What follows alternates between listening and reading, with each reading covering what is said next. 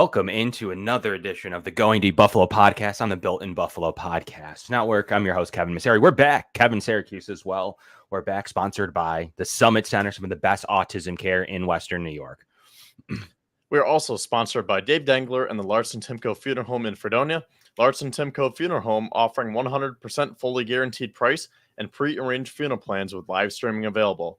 You can give them a call at 679-9000 or visit their website at larsontimcofuneralhome.com. Also, Monster Energy, proud sponsor of Built in Buffalo as well. So glad to have Monster Energy on board for the entire brand. But Kevin, how you doing today?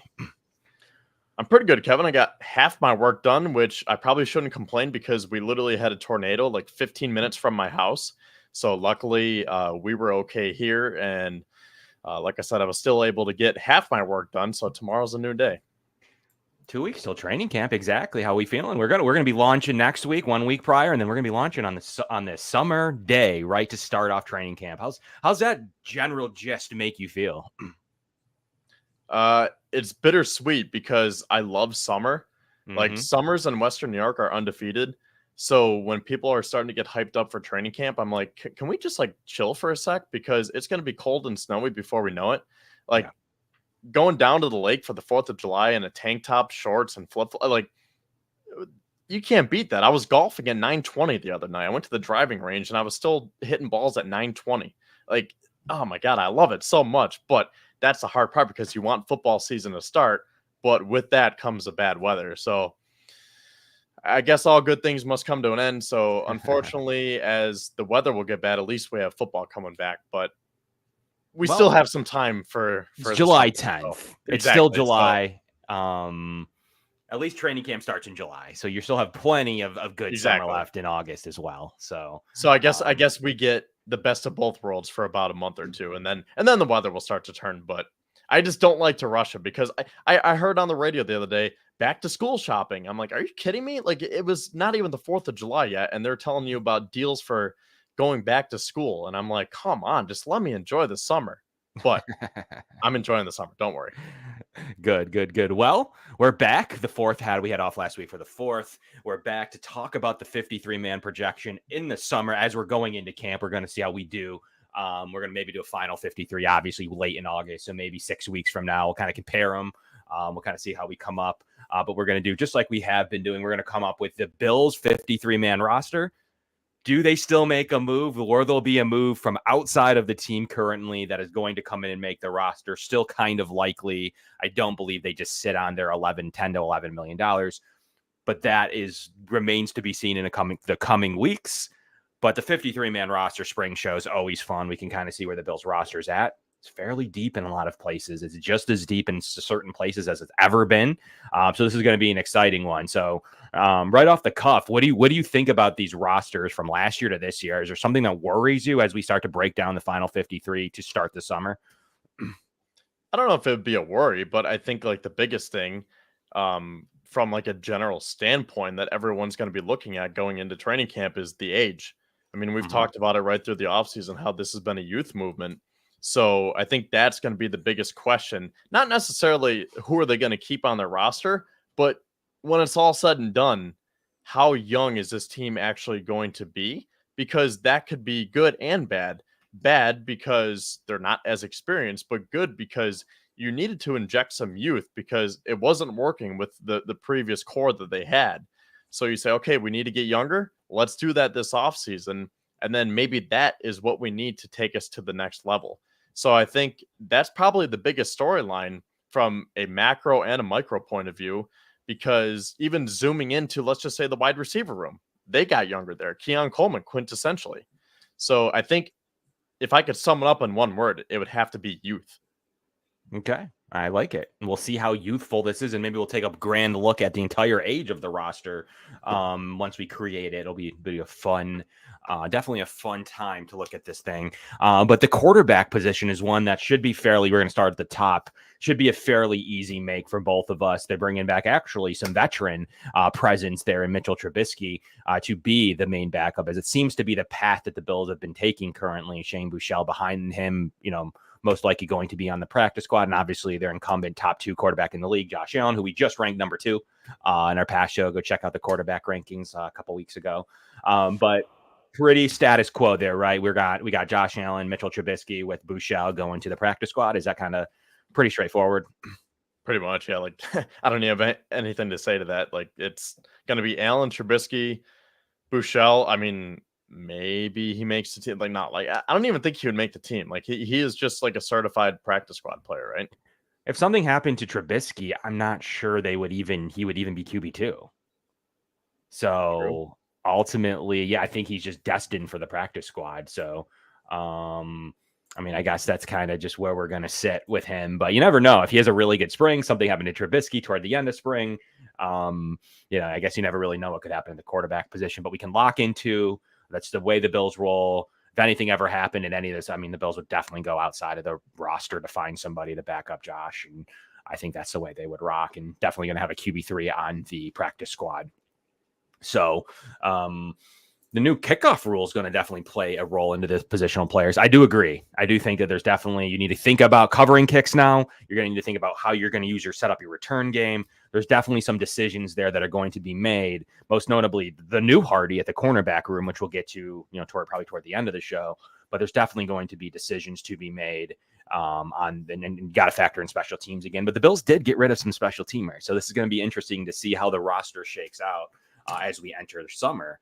But the running back position, this is an interesting one. I mean, obviously you have James Cook at the top. You have, most likely Ty Johnson was very effective in his role last year. And then second, you have Ray Davis that was just drafted in the 4th to put a lot of pressure to take that running back to. And then you have one of the best UDFAs in Frank Gore Jr. And then obviously Darrington Evans, he does have some return ability, has been in the system before, made some NFL rosters. How do you see this running back position shaking out? And then I guess we can consider Reggie Gilliam here in this group.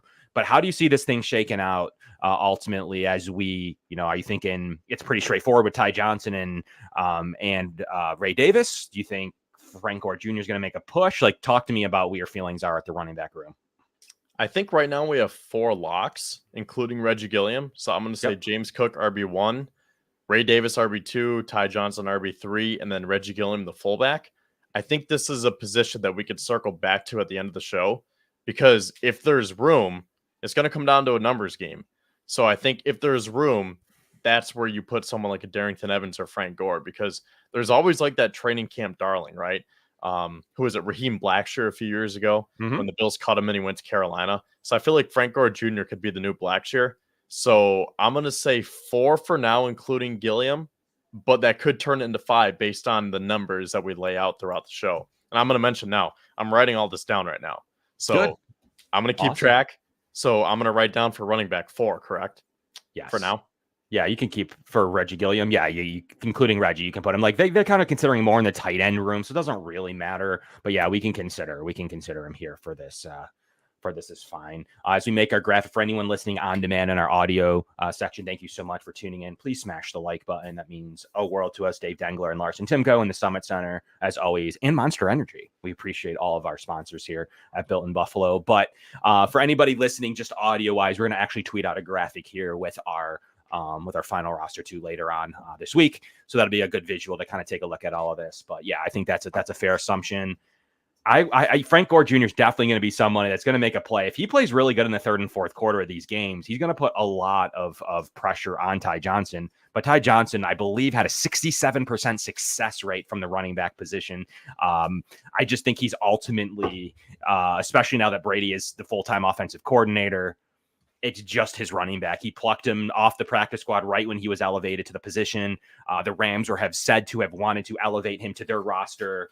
I don't believe that there's going to be much discussion outside of an injury at this room here.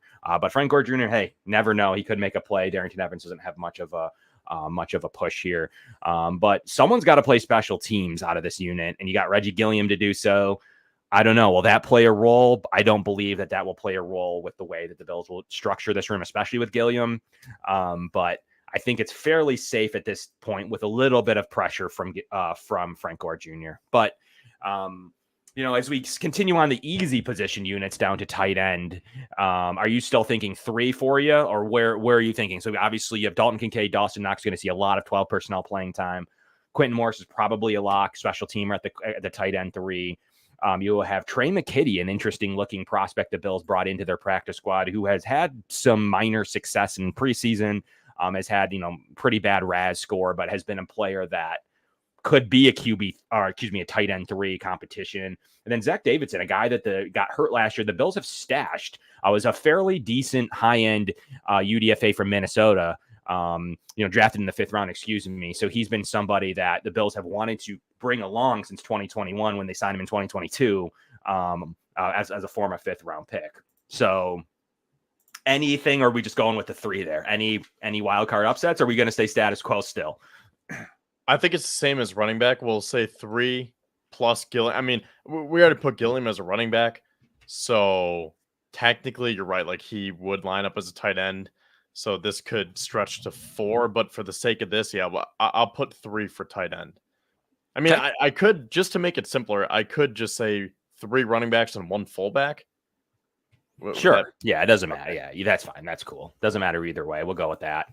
H-back, fullback, running back, tight end. You can put them anywhere. I think I saw officially the Bills like to put him in the tight end room for some reason.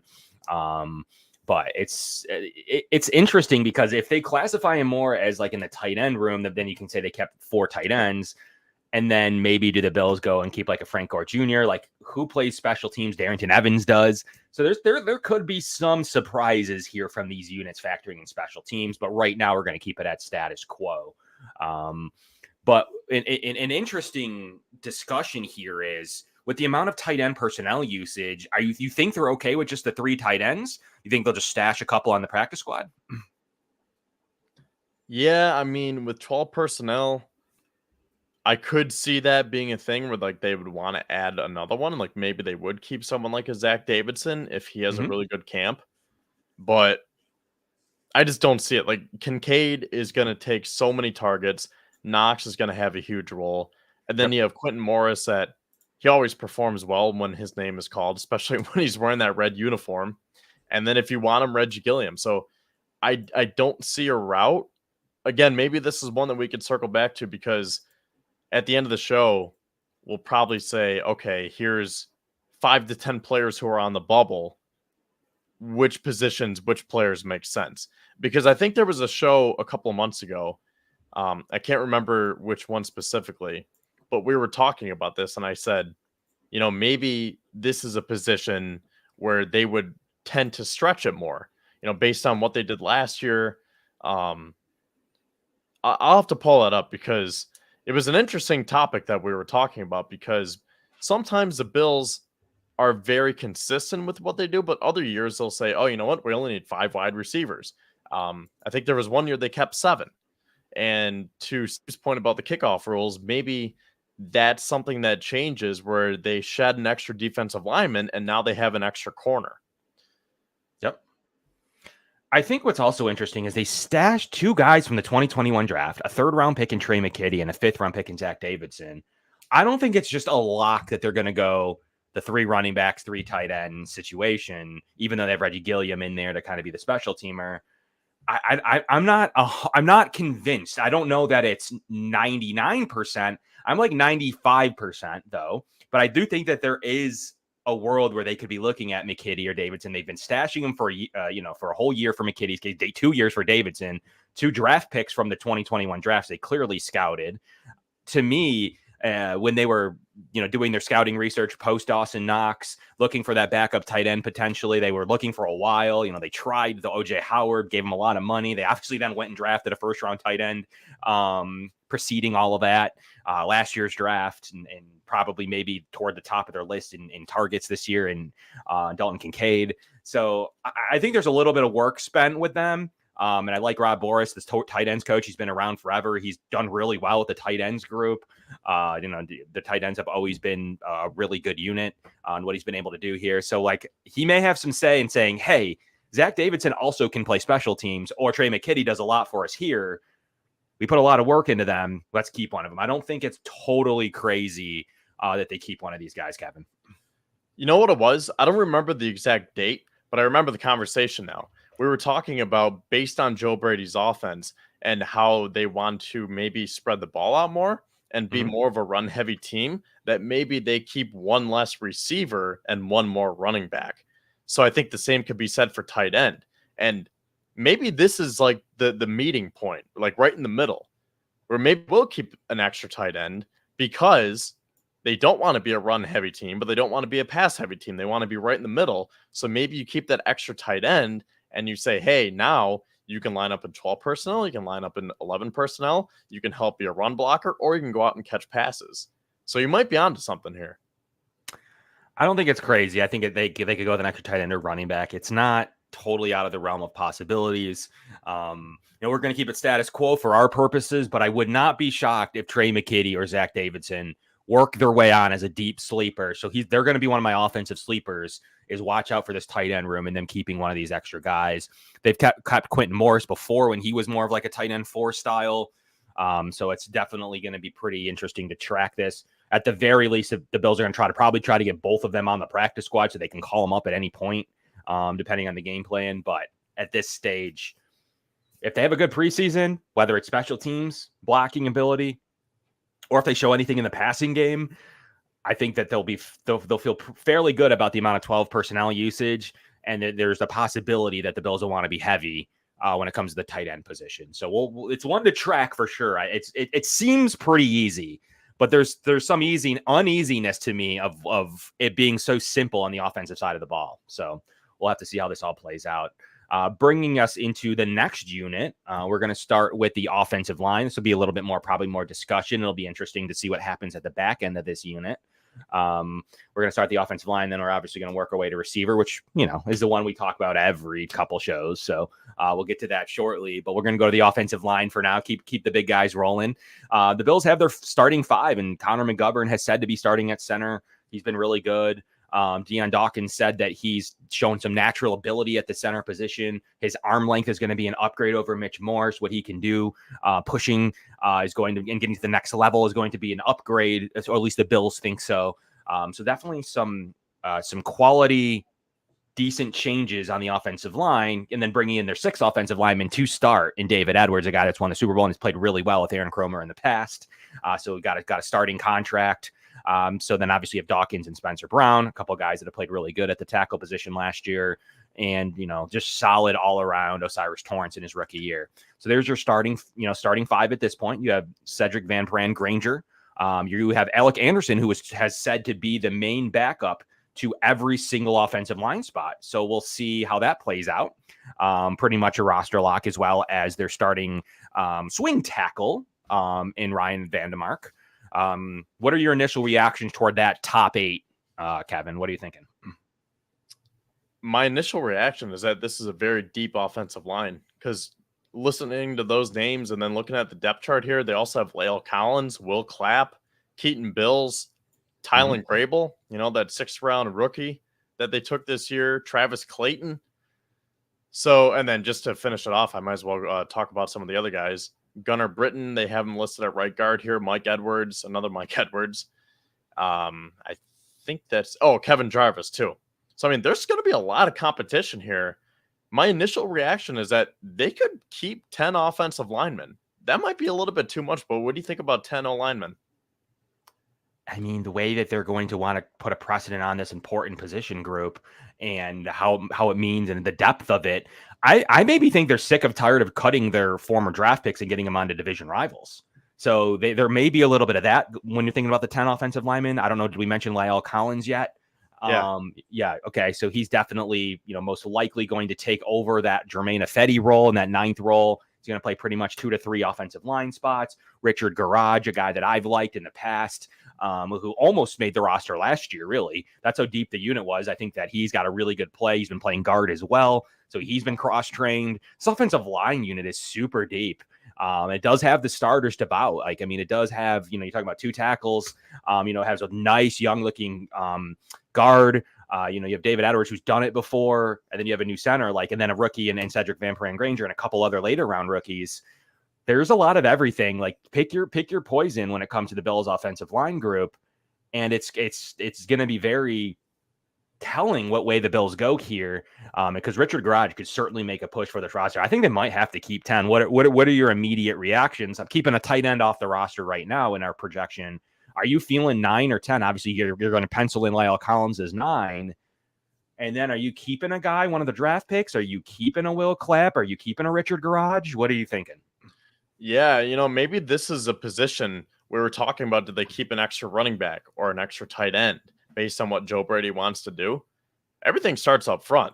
So maybe they'll just say, let's keep an extra offensive lineman because we need to win in the trenches first. And we have enough wide receivers. We have enough running backs. We have enough tight ends. And we don't want to be a pass-heavy team. We don't want to be a run-heavy team. So we don't need an extra running back to signify that. So maybe they'll just keep a 10th extra offensive lineman. I mean, could it even stretch to 11? Because, like, there are a lot of names here that you would almost hate to lose. So, like you said, they have the starting 5: Dawkins, Edwards, McGovern, Torrance, Brown, lock. Then Ryan Vandermark, Alec Anderson, Cedric Van Pran Granger, and Lyle Collins. I feel like all 4 are pretty much locks. I think so.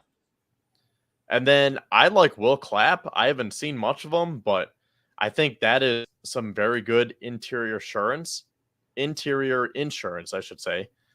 And then Keaton Bills, I mean, come on, he has a last name. He seems like that could be like another interior presence. And then between Grable and Clayton, you were just saying you might not want to lose some draft picks. So could this stretch to 11? Where like maybe they keep, let's just say they do keep Will Clapp and then they choose one of those rookies. Well, don't forget that Clayton's going to have an international pathways exemption. So they're going to be able to keep him on the roster regardless. If they ever take him off that exemption, then he can't get it back and he has to play. But he's definitely making the roster. They will keep 11 because he's going to have that. So it's definitely going to go to Travis Clayton. He's going to make the roster. So he has the Bills have a 54th man. So he's a lock. He's definitely a lock. Okay. So you're right. So in theory, that it'll be 11. Okay. So that's 11. So between, I say, Will Clapp, Keaton Bills, and Tylen Grable, like that's offensive lineman number 10 right there. It's going to be a true battle for the 10th. I think they're going to keep 10 and then have the 11th with the international pathways exemption. But, Richard Garage is a guy that's fought for the roster all year. He's shown some versatility. He's right in the mix with those individuals as well. True. And it may just be it may be easy to tell if the Bills may go with a unit 1 and a unit 2. Whoever's the starting guard on that unit 2 may just make the roster. Like whoever that they feel like they just want 2 continuous units, like you're talking about behind them, you're probably going to be looking at some form of Lyle Collins. Obviously, you're going to have Ryan Vandermark on the tackle unit there. At center position, we'll see. It's obviously going to be Cedric Van Pran Granger. So it's going to be pretty straight. Maybe Keaton Bills is going to play at one of those guards and Richard Garage at the other one. So it just ultimately, how does it all play out in terms of, if Alec Anderson in there is said to be playing backup center too.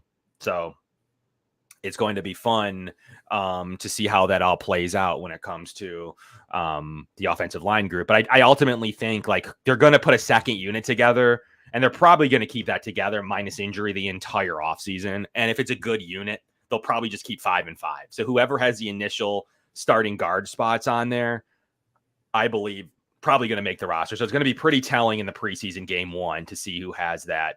You have Cedric Van Pran Granger playing guard. It's been told to me Alec Anderson is the backup center at this point. So most people are just figuring it's Van Pran Granger. So wherever they play Alec Anderson, whoever is the other 2 interior offensive linemen probably have a pretty good chance at the roster. And we should know that early on. Will it be Keaton Bills? Are they going to go with Richard Garage in the interior? It's going to be pretty telling. But for now, I guess you could go with Will Clapp. He's got the experience. They brought him in for a really like a kind of a consolation depth kind of player. But with the drafting of Van Pran Granger and Alec Anderson on both being center 2 and center 3, Will Clapp's got to show that he can play guard successfully, or I don't believe he's going to make it. If he shows he can play guard successfully, he probably has too much versatility to make the roster. So I think that's what it'll come down to. And if not, someone like Bills or Garage or Grable will make the roster. So 10? Are we going with 10 now? Yeah, we're going to go at 10. Yeah, definitely. We're going to go at 10. We'll pencil in Will Clapp for now. But I definitely think that's super flexible based on who the Bills believe we're going to be that second unit. I think they're going to want a full unit, Kevin. I guess that's kind of the way I'm going to sum it up. Unit 1, Unit 2, really for that continuity behind with Mitchell Trubisky. And they're just going to be able to roll it into the regular season. You're just going to have 2 inactives from that. You have to have inactives anyways. So you're going to have those 2 offensive linemen inactive on game day. You're going to have 8 active offensive linemen. Okay, yeah. So we're going to go 10 offensive linemen, and then that leads us to the one and only wide receiver room. The receiver position. It's a fun one. I mean, there's probably KJ Hamler fans out there. There's Claypool fans. There's a little bit. I've seen some Shavers fans. There's a little bit of everything behind the top. Even there's still probably Isabella fans out there. There's definitely a little bit of everything when it comes to this receiver room, which makes it interesting, which makes it when they're on the field, you don't know. It's not just Diggs anymore. You're looking at an entire unit. What's Keon Coleman going to be a true X?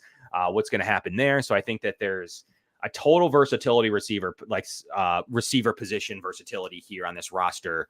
So I'll bounce it to you. What is your initial takes? Let's have you run down what you think at the receiver role first. Well, this is another position, like you said, we've talked about it so many times. So let's just kind of pick up where we left off. I think that, did we say there are 5 locks, right? So in no particular order, we'll go Keon Coleman, Curtis Samuel, Khalil Shakir, MVS, and Matt Collins. Are those the 5 locks? I think so. I think that's fair. Matt Collins has got enough money to be a lock. I think MVS has also got enough money to be a lock, truly. If any of them are terrible, the Bills will cut them. But ultimately, I think going in at this stage, the way it's stationed and marked out, they're locks for the 5 for the discussion of this. They're locks. So when we had this conversation last, we said it was going to come down to Chase Claypool and Justin Shorter and maybe KJ Hamler or Andy Isabella. We'll throw him in there too. So those 4 players for the last spot, because I think they keep 6. I mean, maybe they would keep 7, but with this extra offensive lineman and based on what Brady wants to do with this offense, I mean, they were just rolling with 5 wide receivers last year, right? Yeah, they've rolled with 5. I mean, they had Shorter on the initial roster and then IR'd him. Like, obviously, they may bring up a guy to be a 6th on game day. They like 5. They like 6 is already pushing it. They really only, I think, believe maybe once under Daboll, they went with 7 shortly. But generally speaking, and that's because one was a return man, and you obviously had returners and then like Jake Kumerows. So there was really multifaceted players. I don't know, unless a Shavers. Ultimately, they could keep 7 if someone really shows Shavers is a must keep on special teams, or Hamler wins the punt or kick return job away from Hardy, who I think is going to be the lock. He was one of the best returners in college, number 2 ranked college draftable returner. So there's just a couple of things in line that just show me, and I think the return job is going to go to Hardy. Backup returners always like Shakir, or always like a backup running back or something. So I don't really see that. It's like Hamler would have to have a really good return year and add a little bit at the receiver position. But that's the only way you could ever go to 7, is because you're more keeping a special teamer, not necessarily a receiver. But you're definitely not keeping 7 true receivers on the roster. They'd have to be a core special teamer, and that would eat away at your linebacker unit, which the Bills already bolstered. We'll talk about it in a moment. I just can't see it. I got to keep it at 6. You mean a 7th? I can't see a 7th. Yeah, I got to keep it at 6, 6 receivers. Oh, okay. Yeah. Yeah, I think I'm the same way. Again, this is a position that we could circle back to, but I really think it's going to come down to mainly Justin Shorter and Chase Claypool. Yep. And I know we don't need to do this for this part of the show, but I'll just say right now, I feel like it's going to be Justin Shorter. I'm going to put that out there right now. Wow. You can talk about that. That's interesting. Why do you feel it's Shorter? Well, because I just think, my initial reactions thinking about it right now, I think I would rather let Chase Claypool walk because he's older. This is a 5th-round draft pick in Justin Shorter, who is highly touted coming out of high school. He was a number 1 wide receiver over guys like Jamar Chase and Amon-Ra St. Brown and Jalen Waddle, right, in the 2018 recruiting class. Yep. So to give up on him after just 1 year, I think that would be kind of ridiculous almost. And I don't want him to become a glorified Isaiah Hodgins, where you might keep an older veteran. Remember they kept Jake Kumerow and they let Hodgins go, and it's come on, what's Jake Kumerow going to do other than maybe go up the seam, catch a touchdown pass? one a year, and then he plays special teams, right? He's a gunner or whatever. So I think that was kind of telling in a way, like for me, where I said, okay, this is the end of going with those special team players and go get actual wide receivers who can help this team. So that's why, like in my mind, I think it's Justin Shorter. But if Claypool really, really impresses, then how are you going to cut him? Yeah, I mean, to me, he's impressed through the spring, but that doesn't mean too much at this stage. I think it's a true 50-50 battle, and maybe even more with a couple of the other guys we've talked about. And I think, to me, Claypool currently has the edge just because, he's still young and what his talent is able to do. Shorter's never accomplished, and he wasn't even that good in college. Beside coming into high school, obviously was much decorated, had a pretty high recruiting score. But Chase Claypool, to me, is got to be on the early roster. He's got to be that difference maker. He's a sixth receiver. Could be battling Mac Hollins for playing time. Ultimately, an injury happens. You want to have him on your roster. Shorter is going to clear and make it to your practice squad. Like, that is for sure. So that's kind of like the way I would look at it. Like, Shorter and Isabella are just going to go to the practice shavers. Maybe you're just going to have some practice squad options ultimately baked in. So that's why I'm leaning Claypool, but he could absolutely be worked off the roster by Shorter, Hamler, Shavers. I mean, it's not, there's going to be a sneak surprise somewhere on this offense. Maybe it's just Keaton Bills or something, but there's going to be a surprise somewhere when it comes down to this final. We have 25 offensive players, but there's going to be a shocker somewhere. Is it Zach Davidson? Is it Shavers? Is it Hamler? Is it Keaton Bills? But there's going to be a surprise keep on the offense. And real quick, I understand that Claypool, just like Shorter, is very young and he has a lot of upside. He's very athletic, a lot of size. But what I'm trying to say is Justin Shorter, if you were to release him, you're going to release all that capital that you spent. Like Chase Claypool was just a cheap veteran addition. He's bounced around from team to team. Like the Bills are essentially giving him a tryout. Like they're doing him a favor. So if they cut him, no harm, no foul. It's just like, all right, well, we gave you a shot. No big deal. On to the next one. But if you get rid of Justin Shorter, you're cutting that 5th round pick, and then that's another draft pick that just essentially went down the drain. Yeah, it's going to be interesting. It's receiver sick. They're a good point. They're definitely an active spot on the roster for sure. It will be a player that's most likely inactive. If Shorter goes and proves that he can play special teams, I do believe it's his job. So if he plays special teams, that'll be the final stalemate tiebreaker that he can play it. And if he can play it, I believe you're correct. I believe he makes the roster. If he cannot play it, I believe that would be also the tiebreaker for him being off the roster. And Claypool they're claiming that Claypool has some special teams experience. So it's definitely going to be telling who's playing on these special teams units. That may give us the early tiebreaker in some of these battles. And maybe Hamler has more than we think in this discussion to go ahead and take away one of these spots. And then obviously these are all in optimal conditions. We don't know if anyone's coming in hurt or what it's looking like, or if someone will get hurt, knock on wood. So it's going to be a very interesting way that this thing breaks down as we hit the 6th receiver spot. I don't believe there's room for 7. The Bills are going to try to see who they can get through to the practice squad, though. That's going to definitely be part of the game that they play. Okay, so now we have 25 offensive players. Let's just get special teams out of the way. So we're going to go Bass, and then I'm blanking on the punter. They did get rid. There's much to say about Jack Browning, a guy that can be kicker, punter, kickoff specialist. He can do it all. So I don't think it's just for sure Sam Martin's job. I was going to say, because they got rid of Matt Hawk, right? Yep. So it's, Bass, Martin, and Ferguson. But, I mean, is there a discussion to be had about Jack Browning? I think there is. I think there's legitimate discussion to be had. If he can kick off, he can punt, and he can be like an emergency kicker. He also offers extra versatility with the new kickoff rules and everything. So like there's definitely some side benefit. Tyler Bass has a big leg, but he's struggled at kickoffs. Like his kickoff score is pretty weak. So will the Bills play that a role in? Will they have a backup kicker on game day as well? I don't know, man. I just like the trendy Jack Browning pick right now, just because I think Sam Martin stinks also. It's like multifaceted.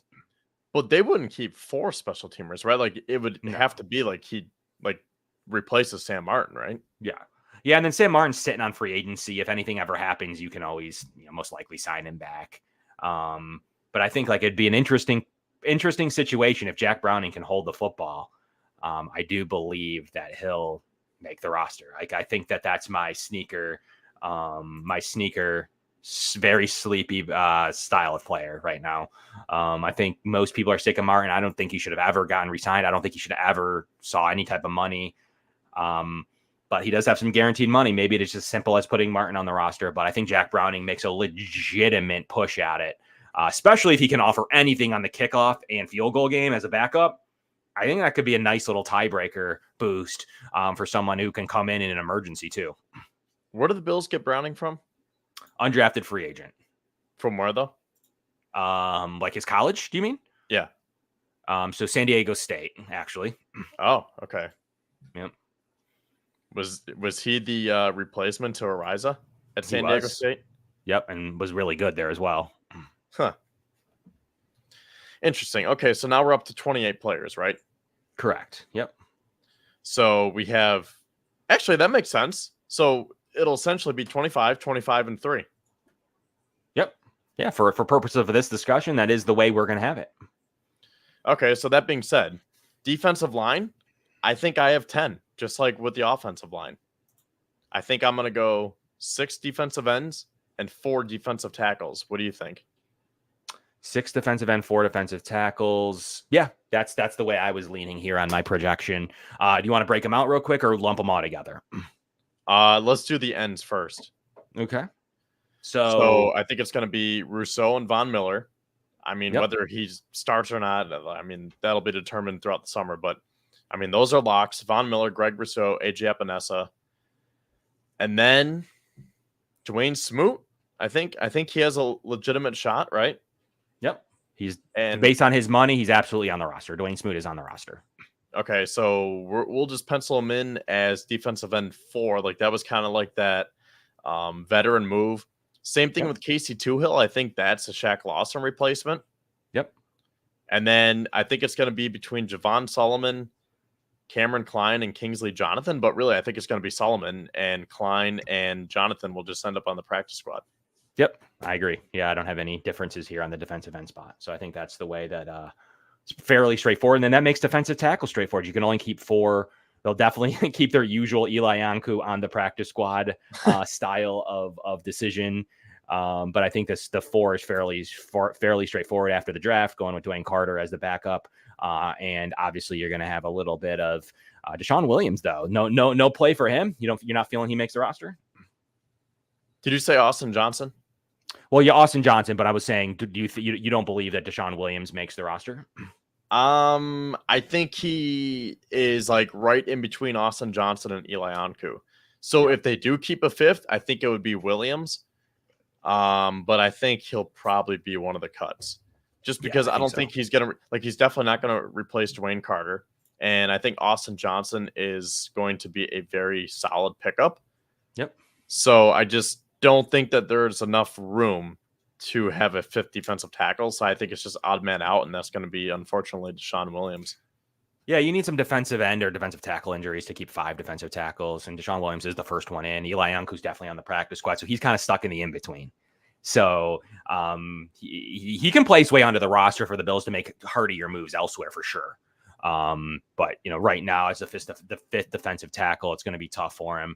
I think those 4 ahead of him are going to get immense playing time. The problem is if any of those, they love to rotate, those 4 will get a lot of playing time.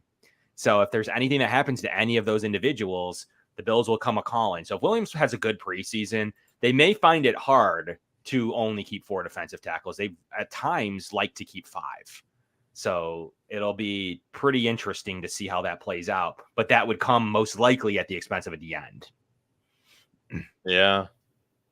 Let's just go 6 and 4 for now, and then we'll see where we're at the end. That's fine. But Williams is definitely one of the very, very likely players that's right there on the final bubble. I think he's someone that could absolutely put his name to keep 5 defensive tackles, and maybe they pull DBs if they don't have one, or they'll do something. But if he plays well enough, that's kind of my opinion on him. Maybe you don't have to cut at the defensive end position. 11 defensive linemen could easily happen if they're all valuable. So going to linebacker 6, does that sound about right? So that's going to be the tough one, because are you keeping 5 linebackers and 10 DBs, or are you going to keep 6 linebackers and 9 DBs? So that's really ultimately the main overall decision. But I think you have some linebackers in Terrell Bernard, obviously Matt Milano, Dorian Williams, Nicholas Morrow, pretty much on the roster with his bigger contract than Deion Jones. Olafoshio, a draft pick in the 5th round, I don't think they want to see leave. So I think it ultimately comes down to, do you keep Balin Spector and Deion Jones? So Olafoshio is a lock? I think so. I mean, if he struggles and is pretty bad, like they can cut anybody.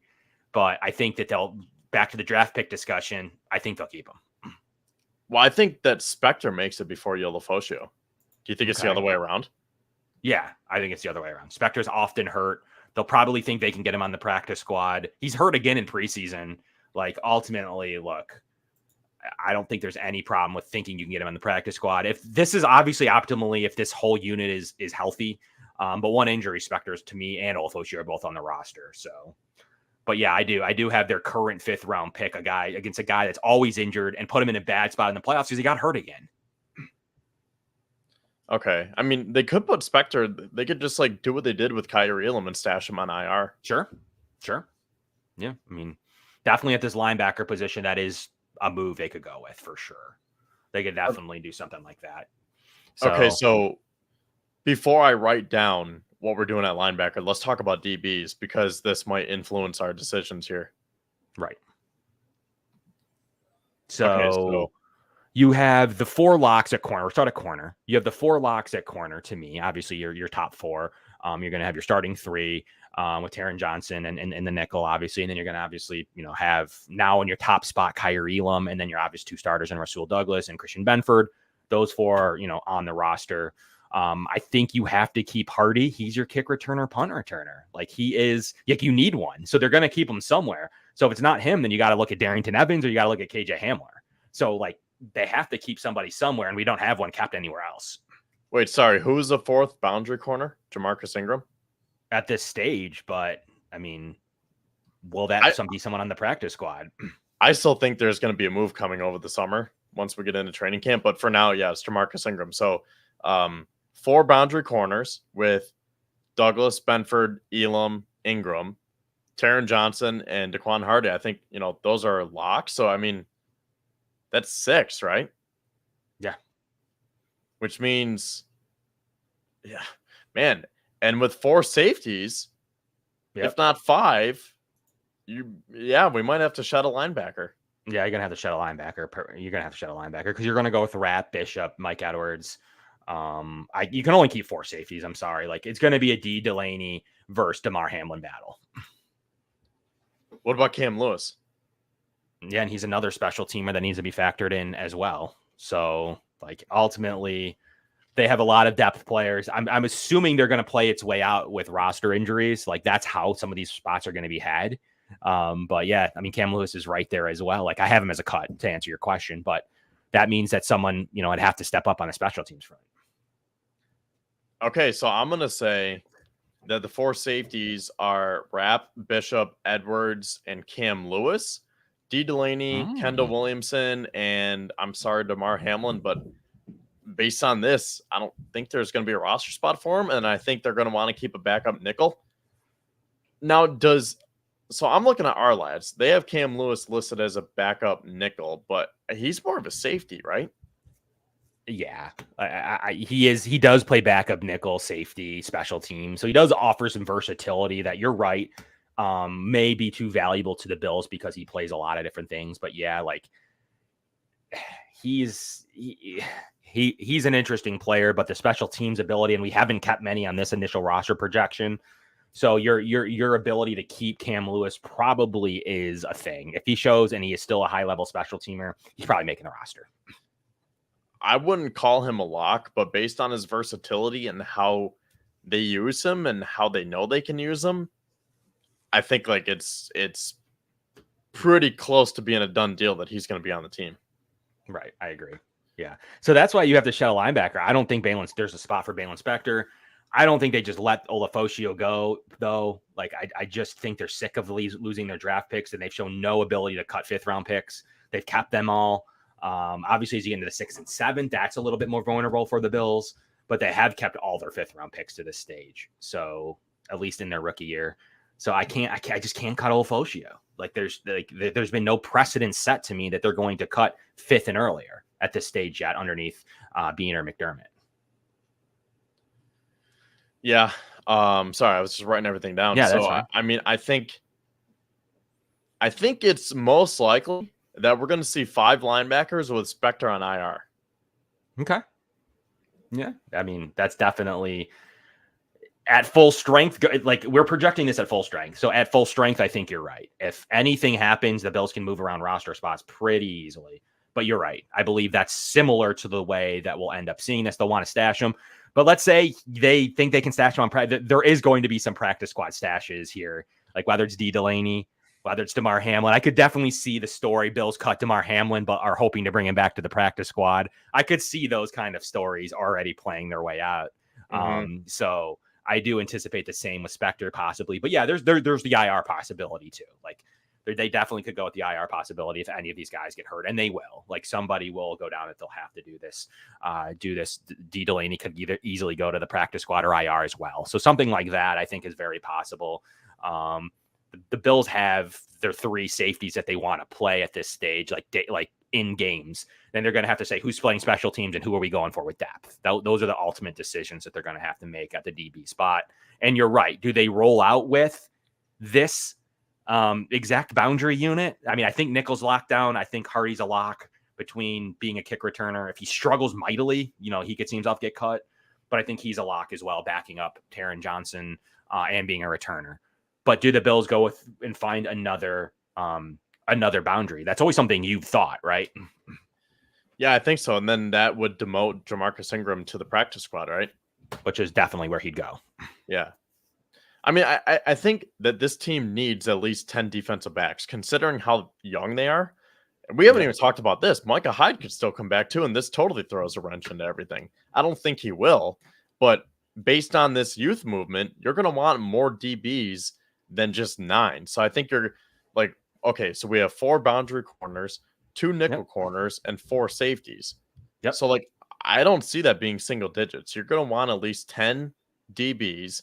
We have 10 defensive linemen. So that, like, process of elimination, that means that linebacker can only have 5. Right. And which that's is fine because they only play 2. They play 2. Right. They play 2. So keeping 6 is weird. Like, it is really like, does Cam Lewis offer more to the roster than Spector? Like, that's ultimately more it's not necessarily just in linebacker battles. Like, so first of all, it's going to be Olafosio versus Spector. I still lean the rookie. And then it's going to be Spector v. Cam Lewis. Like, that's how they're going to break down the roster. Like, when it comes down to final, are they going to go like the 6 linebackers? You would need your 5th and 6th linebacker playing special teams. And I think they feel very confident in Morrow being a key contributor to the roster and a key special teamer. So that's already a lock. You're going to need Dorian Williams to play special teams, like, period. Behind the 2 starters. So you got 2 linebackers already. And then as long as Olafosio can show that he can play special teams, because they're going to like his ability to, his coverage abilities. He ran a really strong defense in college. He's been the guy. Like, if he can do it, that's 3 special teams linebackers right there on the roster. They feel pretty good about that. They're going to try to stash Spector somehow, whether, like you said, it's on the IR or the practice squad. So ultimately, you got to go with 5. Then Deion Jones is a guy that, if really great coverage linebacker, if he's covering tight ends in preseason and at high level, the Bills have to sit like. This linebacking core is eons, especially, very simply said, Bernard's healthy and Milano's healthy, but it's eons better than last year. Like, it's not even in the same. That is a pure and utter upgrade, Kevin. This linebacker unit, like, we can't even pick the same 5. So this is a strength to the roster.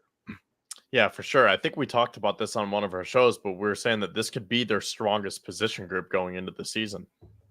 They have a little bit of everything. They have Morrow and Jones as the vets. They have the 2 starters. They have a nice looking prospect rookie, last year rookie in Dorian Williams. They have Olafosio, a guy that's led a really good Washington defense.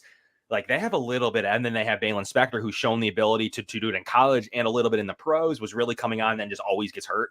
So they do have a little bit of everything at this unit. And it's a strength. Like, they clearly said, like, we don't need to go out and just get Patrick Queens. Like, we're going to make as deep of a linebacker unit as humanly possible, because we can't roll off a dude off an RV again, a guy with a sling in Terrell Dodson, and then like playing safeties essentially, like at times. Like, it was an absolute mess. And it was partially Bean's fault as a big Bean guy. It was partially Bean's fault. That linebacker unit just was not built correctly, but it also wasn't built to overtake a Dodson injury, a Milano injury, and then an ankle injury from Terrell Bernard. And Spector too. Yeah. So like, ultimately, like, it just wasn't enough. Like, Dorian Williams has shown some flashes, but he just was outmatched too, late in the season. So, but Terrell Bernard made that big leap. We can hope for the same with Dorian Williams, but I love this linebacker unit. It does a little bit of everything. So I'm ultimately pretty jazzed up when it comes to this. So then why wouldn't they keep 6 out of this unit? I mean, they remain to be seen, but I think for our discussion in our preseason roster, we going to go with 5? I think we have to, yeah. So I guess kind of like wrapping all this into one. Oh, actually, the point that I was going to make before we wrap this up, Tyler Matakevich, I think he was the one who kind of threw a wrench into everything, because they kept him solely for special teams. And didn't they keep 6 linebackers over the last few years? Like, don't they always have 6 on their roster? Maybe they don't always dress, but depending on the stretches, because there's always injuries there. So it's tough to say like 6 healthy active linebackers. I think it's more in like in theory they have 6 on the roster, but they never ever have 6 healthy linebackers. No, but they probably roster. Let's see, their initial roster last year, they kept 5. Was on their initial roster last year, just when they were full strength. Yeah, Milano, Bernard, Dorian Williams, Terrell Dodson, Matakevich. That was their 5 that made the team last year to start. Let's check 2022. Just curious for another year of sample size at the linebacker position. They kept the same group, actually. And then also had Balin Spector on the initial roster that year as well. But I don't know if he went to IR, though, I believe, in 2022. He went right to IR after the initial roster, if I'm not mistaken. But then they obviously had Matt Milano, Tremaine Edmonds, Terrell Dodson, Terrell Bernard, Spector, and Matakevich in 2022. So very similar. So like Matakevich has just always been like that one piece that can kind of throw things off, because last year when you only have 5 linebackers, you say, well, you're kind of thin. And if you have injuries, you might come down to Tyler Matakevich playing meaningful minutes, which, I mean, look what happened in the playoffs. But then it's like, okay, if you keep an extra 6 linebacker, so you don't have to have Matakevich, then you're like, okay, well, we're keeping him for special teams. But doesn't that just clog a roster spot when you can just find that 5th linebacker who can play meaningful minutes and special teams? And that's nothing against Matakevich. It's just he's not an every down NFL linebacker. He's very good at special teams. But I think, like you're seeing it this year, the Bills are trying to find guys who can play when their name is called and say, hey, like, you need to go cover Travis Kelce and you have to play special teams. Yeah, I think that they did it, and they did that. They did a pure upgrade between, obviously what they have always tried to stash Spector. Last year was actually the year I think they stashed and injured reserve him. So like, you're gonna always they're gonna have now they're gonna have Olafosio, they're gonna have Nicholas Morrow. Maybe does Deion Jones make a play at this? They already like what they can see from Dorian Williams. So they're gonna have guys that can play like the position, not just special teams only. But maybe because of the return new rule that they're going to go with the extra linebacker. But that, like, as we can tell here with the roster breakdown, just keeping 6 puts a pure strain on this roster, especially if it's full strength. Like, it does start to, like, you're starting to eat. You already don't have a boundary corner. Like, what are you doing at safety if you keep this extra linebacker? Do you have to then go and cut an offensive lineman now? Like, there's stress. Like, you have to cut one of those defensive ends we just decided to keep. We're already light at defensive tackle. So, like, are you going to then go and cut Solomon? Like, that doesn't make any sense. And just to confirm, Matakevich is still a free agent, right? Yeah. So they could always call him if there's injuries and or their special teams need some type of boost. Yeah. But I'm not giving Matt Smiley any more players than the team absolutely thinks he needs. I mean, he doesn't. It's not an existential benefit to me for Matt Smiley to have more players ever. Like, the unit is still what it is. Like, I'm sorry. Like, ultimately, I'm good on seeing that guy get extra roster players. But I like what the Bills did at the linebacker position, because I don't mind seeing Nicholas Morrow was a solid depth linebacker to the Terrell Dodson level. I like seeing what Olafosio can bring. I'm really excited for Dorian Williams. Like, I think they actually have linebackers that can play the position. Yeah, Dorian's looking yoked. Yeah, and Deion Jones can play the position. He's a really good coverage linebacker, like very top level coverage linebacker. Not really great against the run. He's a coverage linebacker specialist in a league that is now developing all these tight ends. Like, they're going to see all the other tight ends in this thing. He's going to practice every day against a couple of good ones, but then he's going to obviously see the Travis Kelce's of the world. He's going to see the Sam Laportas this season. Joe Andreessen will definitely be definitely what the Bills put on the practice squad. They did it with multiple times, like Cam Lewis. That's how he made his fame from UB. Obviously Ingram. Yeah. Another example. Now he's borderline rosterable now. So yeah, that's absolutely where I think that he'll end up being as well. Someone's against your Will Clapp signing, Kevin. Like, what do you say to that? You think, I think that Richard Garage or Keaton Bills could play him off the roster, sure, but I think it's his to start with. Well, okay. I think that being said, now we can put a bow on this discussion. So when it's all said and done, we have our 53-man roster. We have 25 offensive players, 25 defensive players, and 3 special teamers. And obviously, you're going to have special teams abilities mixed in there, but 3 special teams, like straight special teams between the kicker, punter, and long snapper. So now that we have all that listed here, is there a route for any of these other guys? Like, now we can go back and say, because remember we had those positions where it's like, oh, we can circle back at the end and say, is there a route for Frank Gore Jr. to make this team? Darrington Evans. What about an extra running back, an extra offensive lineman? I think I'm pretty happy with how our list turned out. So, like, to me, I don't think that there's that easy of a route for that extra running back, or let's just say a 5th defensive tackle, like a Deshaun Williams, or an 11th offensive lineman, technically 12th, with the Travis Clayton ability there. So, I mean, like, are you happy with how our list turned out? Because I don't know if there's that much movement to be had here. There's not, obviously bearing this roster being full strength, there's not any movement. And I kind of already figured that, like, 10 with the International Pathways program, you're going to put on anybody on the offensive lineman on the practice squad. You just can't go with 7 receivers. Hardy has to someone's got to make the roster. For the only way you can go with an extra player at any of these rooms is if they pick off Hardy as the returner. So if they pick off Hardy as the returner, I think you can swap out needing Taron Johnson's backup. Then Cam Lewis would kind of fill in that role. That could make sense. There is a path to that, I believe. Like, that could make sense if someone returns the ball better than Hardy. I'm just pretty excited to see what Hardy can do returning the ball. I think as a 6th round pick, the Bills don't want to see him go and return punts for somebody else. You have Khalil Shakir back there, Ty Johnson, who can also return to some levels, but there's not a ton. And then maybe a little bit with Hamler, but they don't have a much else there at the return spot. He'd have to be pretty bad at it, put the ball in the ground.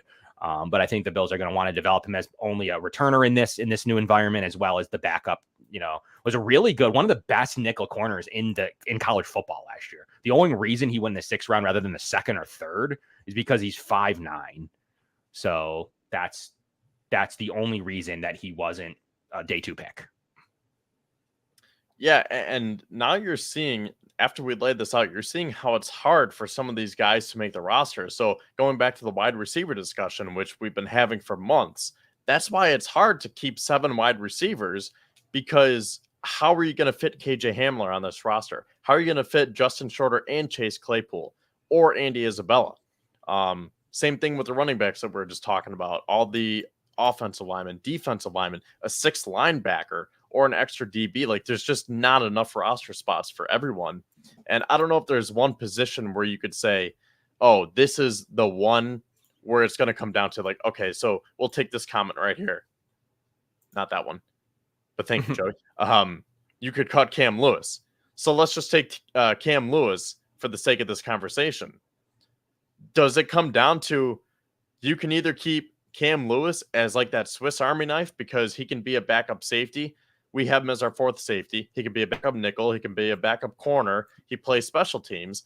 So does it come down to either a defensive, maybe I shouldn't say specialist, but Cam Lewis against KJ Hamler, Richard Garage, Will Clapp, Darrington Evans, Frank Gore Jr., Edifon Yolofosio, Balin, you know what I mean? Like, is Cam Lewis like one of the last ones looking in? Cam Lewis got 1.5 million guaranteed. He's not going anywhere.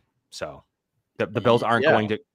They gave him a 2-year deal. Most people don't realize he's not. It costs the Bills money to get rid of him. He's actually cheaper to keep. So he's a lock. Outside of being like let's say he's terrible, the Bills will cut anybody. But outside of that kind of situation, I think he's a lock. So yeah, I mean, I don't really like to use Cam Lewis for this because I think he's that good. So really, it might come down to the offensive and defensive line. So we have Will Clapp as that 10th offensive lineman and Javon Solomon as the 6th defensive end. But I think he would be more likely to make it than like Casey Toohill. So I don't know, like Casey Toohill or Dwayne Smoot, Will Clapp, like, is it going to come down to those guys as being like the last ones on the 53, preventing some of those other potential fan favorites of making this roster? Like, is Will Clapp going to be the reason why KJ Hamler doesn't make it? Because they want to keep a 10th offensive lineman as opposed to a 7th wide receiver. Yeah, I mean, Smoot's a lock. Like, his contract is structured as a lock. Casey Toohill would be one that could be a potential cut candidate if they like Solomon more. That could definitely. I just don't see the pathway to a 7th receiver. Like, someone asked, the speed, like, it's not much different. He has elite 20-yard split, an elite 20-yard split. He has a really good shuttle. He's got a great vert and broad jump. And then obviously he has a 4.38 40 and has just the sense to return punts, one of the best ones to do it in college. It's his job to lose, in my opinion. Like, he is the returner at this stage. If he puts the ball on the ground like Isaiah McKenzie did early on in his career, that could work. It's very similar kind of in that regards. He could work his way off the roster. But it's his, in my opinion, it's funny to say, but I think with the new rules, you're going to see a lot of Hardy returning, and they really like his coverage ability behind Taron Johnson. So there's definitely that. And Cam Lewis is, I just think that you're right. The way we developed this roster with 5 LBs and 6 corners, 4 safeties, that's just the way it's going to have to go. Yeah. Like, it's just so hard to make this roster that, like, really the only angle or like the only route to replacing the guys that we just put on our roster is maybe Will Clapp. Like, based on his contract and the guaranteed money, like, if you want to find a route, if you want to find a way to get KJ Hamler on the team, if you want to find a way to get Frank Gore Jr. on the team, if you want to find a way to getting that 6th linebacker, the only way might be replacing Will Clapp and say, okay, let's just roll with 9 offensive linemen. We'll cut Will Clapp, and then you can have fill in the blank, and then we'll just stash a bunch of offensive linemen on the practice squad. Because, like, defensive end, I like those 6 that we listed, I think, like, they're all going to make it. Great. Talked about Cam Lewis with his contract. Talked about some other contracts. It just doesn't make sense to me. So I think, like, I want to say almost 52 players that we inserted on our lineup are going to make it. Maybe Will Clapp is like the outlier. Yeah, and there's definitely going to be, could be Casey Toohill. There could be injuries that, maybe they'll go to IR, but they're going to be at least some form on the roster of the 52 that we selected. I do believe that as well. And then this is just the July 10th edition. Like, we're going to have all training camp that we're going to talk about it on this show in 2 weeks from now to start this thing off.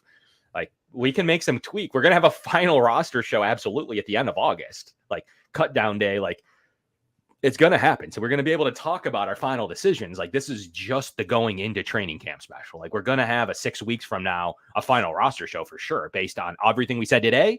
And then based on how these next preseason games and training camp go.